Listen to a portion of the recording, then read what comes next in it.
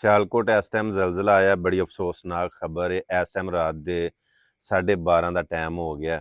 ਅੱਜ 1 ਸਤੰਬਰ ਸਨ 2025 ਇਹ ਸੋਮਵਾਰ ਦਾ ਦਿਨ ਹੋ ਚੁੱਕਿਆ ਹੈ, ਯਾਨੀ ਰਾਤ ਹੈ ਇਸ ਟਾਈਮ।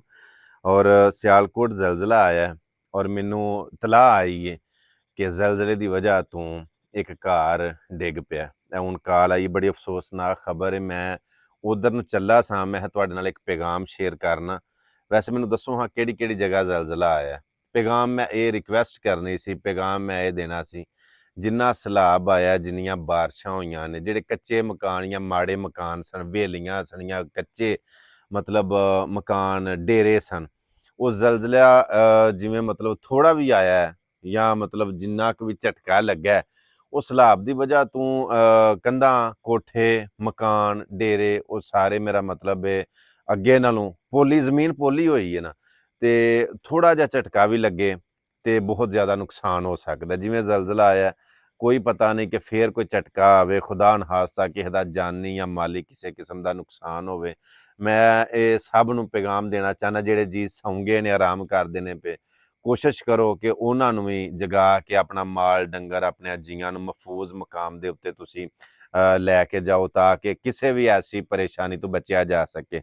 ਸੈਲਾਬ ਦੀ ਜਿਹੜੀ ਸੂਰਤ ਹਾਲ ਹੈ, ਹੁਣ ਹੀ ਅਸੀਂ ਵਾਪਸ ਆ ਕੇ ਪਹੁੰਚੇ ਹਾਂ। ਔਰ ਜਿਹੜੀ ਅੱਜ ਦੀ ਸੂਰਤ ਹਾਲ ਹੈ, ਪਾਣੀ ਨਦੀ ਨਾਲਿਆਂ ਦੇ ਵਿੱਚ ਵੱਧਦਾ ਪਿਆ, ਸਤ੍ਹਾ ਬੁਲੰਦ ਹੁੰਦੀ ਹੈ ਪਈ। ਇਸੇ ਤਰ੍ਹਾਂ ਚਨਾਬ ਵੱਲੋਂ ਬੜਾ ਇਹ ਕਿ ਸ਼ਾਮ ਦਾ ਪੈਗਾਮ ਦਿੱਤਾ ਜਾ ਰਿਹਾ ਹੈ। ਨਿਊਜ਼ ਦੇ ਵਿੱਚ ਵੀ ਟੀਵੀ ਦੇ ਉੱਤੇ ਵੀ ਦੱਸਦੇ ਨੇ ਪਏ ਕਿ ਇੰਡੀਆ ਨੇ ਪਾਣੀ ਦਾ ਰੇਲਾ ਜਿਹੜਾ ਛੱਡਿਆ ਹੋਵੇ, ਉਹ ਕੋਈ ਦੇਰ ਤੱਕ ਮਤਲਬ 2 ਵਜੇ ਤੋਂ ਬਾਅਦ ਅੱਜ ਰਾਤੀ ਹੀ ਉਹ ਮਰਾਲਾ ਦੇ ਮੁਕਾਮ ਤੋਂ ਗੁਜ਼ਰੇਗਾ। ਲੱਖਾਂ ਕਿਊਸਕ ਪਾਣੀ, ਕੋਈ 9 ਲੱਖ ਪੇ ਆਉਂਦੇ ਨੇ, ਕੋਈ 8 ਲੱਖ ਕਿਊਸਕ ਪੇ ਪਾਣੀ ਆਉਂਦੇ ਨੇ, ਉਹ ਆਉਣਾ ਹੈ। ਜਿਵੇਂ ਅੱਗੇ ਬੜੀ ਸਾਰੀ ਤਬਾਹੀ ਹੋਈ ਹੈ, ਵੈਨ ਬਣੇ ਨੇ, ਯਾਨੀ ਵੈਨ ਤੋਂ ਮੁਰਾਦ ਹੈ ਕਿ ਰਾਹ ਬਣੇ ਨੇ। ਅੱਗੇ ਵੀ ਪੈਲੀਆਂ ਦੇ ਵਿੱਚ, ਪਲਾਟਾਂ ਦੇ ਵਿੱਚ, ਘਰਾਂ ਦੇ ਵਿੱਚ ਪਾਣੀ ਅੱਗੇ ਹੀ ਪਿੰਡਾਂ ਦੇ ਵਿੱਚ ਹੈ ਵੇ। ਜਿਵੇਂ ਪਿੱਛੋਂ ਪਾਣੀ ਆਏਗਾ ਇੰਡੀਆ ਵੱਲੋਂ, ਉਹ ਜਿਹੜੇ ਅੱਗੋਂ ਬੰਦ ਖੁੱਲੇ ਨੇ, ਉਹ ਮਜ਼ੀਦ ਪਾਣੀ ਦੀ ਸਤ੍ਹਾ ਬੁਲੰਦ ਹੋਏਗੀ।